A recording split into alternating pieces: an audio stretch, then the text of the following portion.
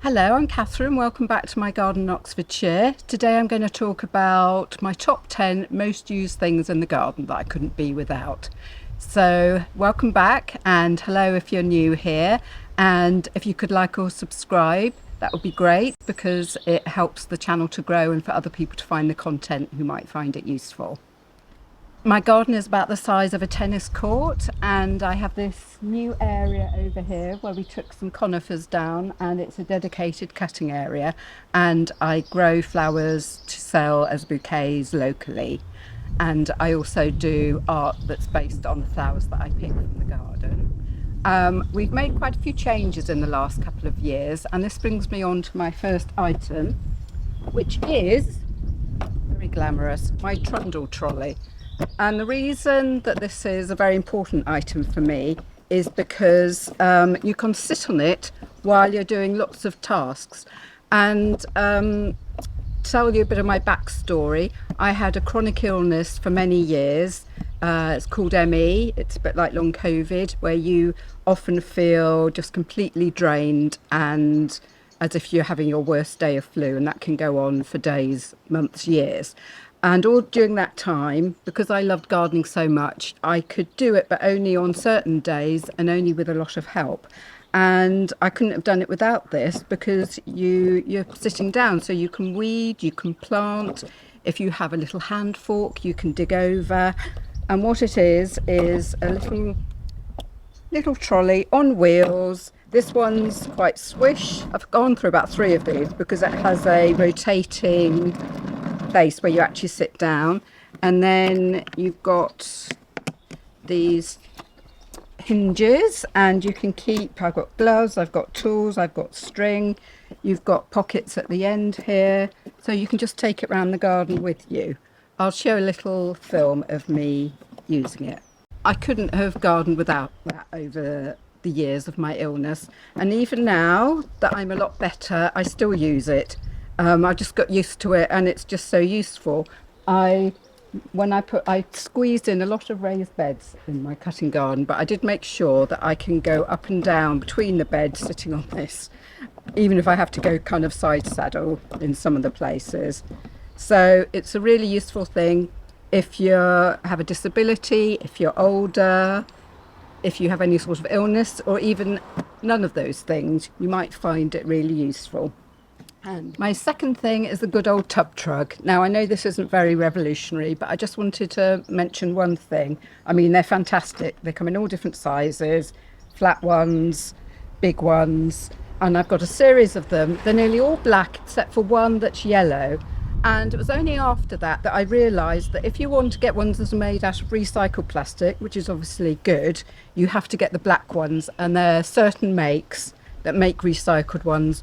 All of the coloured ones don't use the recycled plastic, so there's just a little tip for you. Brilliant. I mean, this one's got compost that I mix in the greenhouse. I just have it regular compost with vermiculite and perlite, and I always have some of that made up so that I can pot on easily. Also that I use in the greenhouse is a diddy little watering can, and the beauty of this is that if you've got quite new seedlings, you can just water very gently and you're not going to swamp them. Obviously it doesn't hold very much, so I keep regular sized watering cans in the greenhouse, which I top up so that the temperature gets to the ambient temperature of the greenhouse, and then I just decant into the little one. And it's also good, if you've got things up high, you can just be much more accurate than you can with a regular watering can. And it's brilliant for if you're doing soil blocks as well. And then something that I only discovered within the last 2 or 3 years is the Hori knife. I think Anne-Marie Powell has made it quite famous on her Instagram channel. It's a Japanese tool. You get different quality ones. You preferably want one where the metal goes all the way up within the hasp like that, and it's really strong. And the good thing is that it's got a serrated edge, so you have to be careful, it's a bit sharp, but you can use it for cutting if you've got string you have to cut, if you've got roots that aren't coming up and you just want to chop them. You can use it for weeding, you can use it for putting bulbs in, putting plants in. It has a useful gauge on here and measure, so you can use it for that. And it's just a really useful tool. They usually come in a holster, and some people wear them on a belt. I tend to find things like that get in the way, so I tend to use it by putting it in my trolley. And I showed you the pockets either end, and it just sits in that and is safe then. So I wouldn't be without that now. And then this is a very much used tool, as you can see by how rusty it is, and that's a crevice tool.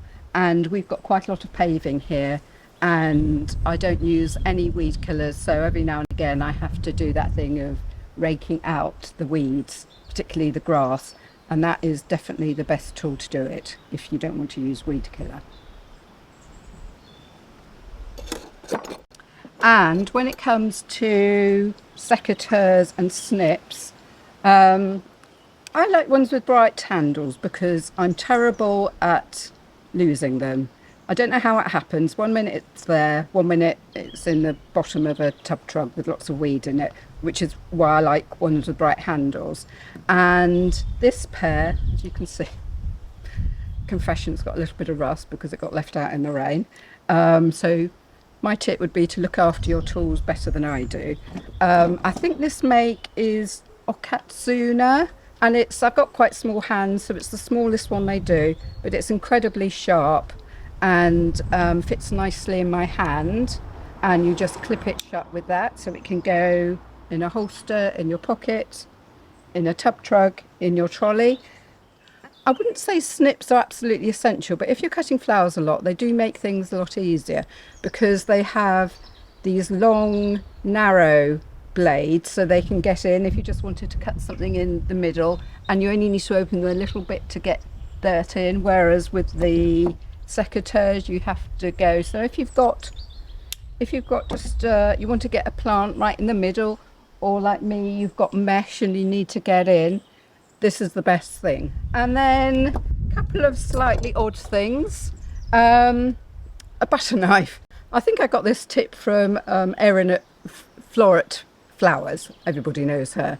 But I've just found it's the absolute best thing for getting seedlings out, especially if they're just in those small modules. You don't always know how big the root ball is going to be. You know, sometimes they come out in beautiful firm root ball and you don't have any problem. You know, you can almost pull it out by the stem, but you're not supposed to do that.